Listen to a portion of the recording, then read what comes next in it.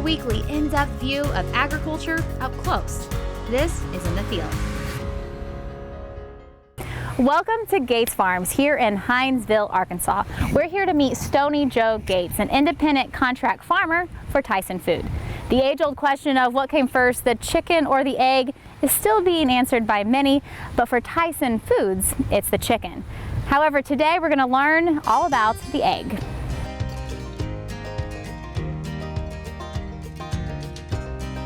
Hello. Hi. Nice to meet you. I'm Jamie. Jamie, Stony Gates. Welcome to the farm. Well, thank you so much. Well, Stony, thank you so much for welcoming us into your farm and into your chicken houses today. So take me through, let's go to the beginning. Like, how did you all get started? What led you into the poultry industry? Well, we started in the poultry industry, my husband and I, about 20 years ago, and we were working in the equipment part of it. We've retired from that, and now what we've done is we've bought the family farm, which was owned by his father, Carl and Kathy Gates. And we stay here every day now, and just we're farming. We have cattle, we have a few horses, we do have 4 breeder houses. We gather eggs every day, and that has become our lifestyle. A full-time job, literally. Full-time farming, yes. So as a breeder for Tyson Foods, what's that mean? What does it mean to, what does the word breeder mean?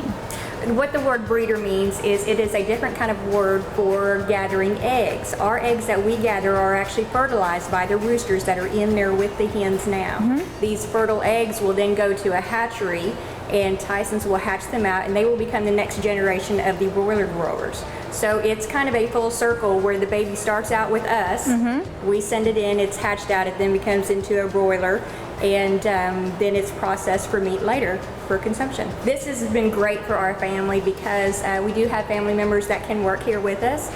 And as a mother, I'm here every morning when my daughter gets on the school bus. I'm here every day when she gets off the school bus. So not only can I manage my family and still be with my family, but I can work and earn a living.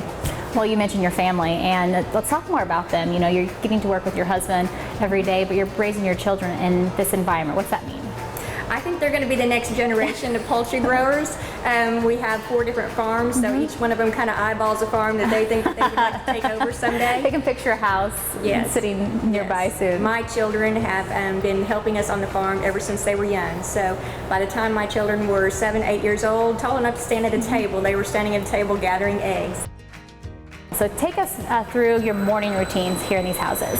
Early in the morning, these birds start their morning breakfast, if you will, at 4:45 in the morning. That's early. We have a controller that comes on, and it turns all the feeders on for them. It turns all the lighting on for them, ventilation. So the birds are actually eating for the first hour that they're up in the morning. And then we are down here to make sure that the mechanics are all correctly operating, make sure that everything has come on like it should, water and ventilation, and just overall observing the birds in the morning while they eat. That's a good time for us to be looking at them and make sure that everybody's okay. After that, then we come forward to the controller in the front of our houses. This controller operates everything that's in this house, from the lighting to the ventilation, to the cooling system, to the waters, and it's all on certain times. So this thing is pre-scheduled for when everything should come on. All the temperatures are set for the temperature that's happening outside.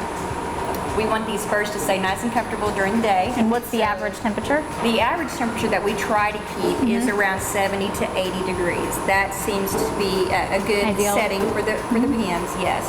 And so these are set up with a cool cell system, so that if it gets too hot for them, this cool cell system comes on, and it's just like an air conditioner for the poultry.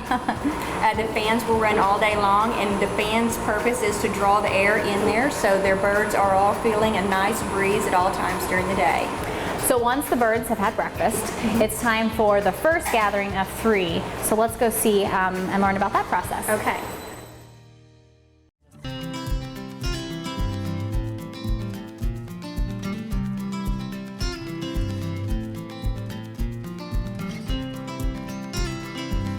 This is my daughter, Haley Gates. She's been gathering eggs with us ever since she was tall enough to reach the table. You could get a booster up for her. Yes, yes. What our purpose here is to gather the eggs 3 times a day. That way they are evenly taken off the belt. And what we are looking for is the best quality of eggs, that there are no feathers, there's no dirt on these. So these are going to be premium hatching eggs for us, which we're going to put into this rack. This rack is then going to go into a cooler room and kept exact temperature until... And what temperature is that? We're going to keep that 70 degrees. 70 degrees. Yes. And we're going to keep it at that temperature until the Tyson food truck comes to pick those eggs up to then go to the hatchery. So she's going to be sorting out the most perfect eggs here. We also have what we call a Plan B area here, which is any egg that we think might have some possible dirt or contamination on it. These eggs are kept separate from the premium hatch eggs. They could still possibly hatch, but we just don't want to mix the contamination in with our premium eggs. So the quality control, starts here. That's right, that's right. And when we're done, then we just clean this whole area. Everything needs to be disinfected after each gathering.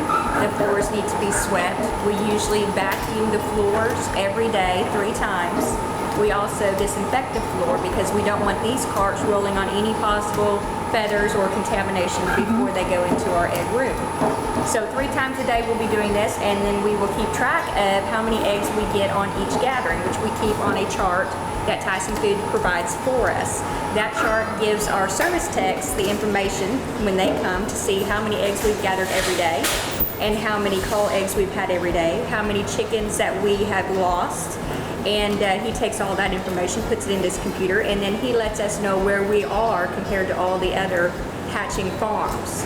It's a good way just for everybody to know that we're doing great, we're where we should be, we're following the averages, or if there's a problem, then he can see daily what we're doing and maybe he can help advise us to what we need to make a change on.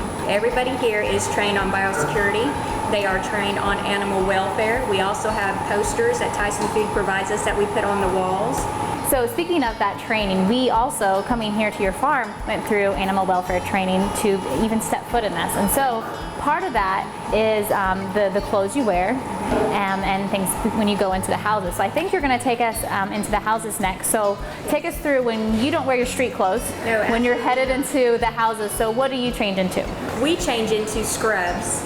Those are the scrubs that are worn just specifically in these houses.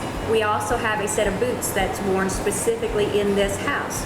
We have an area right outside our door, which we call the dirty area. That's where when you walk in with those boots and you observe your chickens and do your work, you come out and you stay on that mat and you do a shoe change. You take those boots off and you put your working shoes on. So we don't ever want that cross-contamination of whatever we're walking on in there to be in here on the floors. It's just an extra precaution to keep everything clean.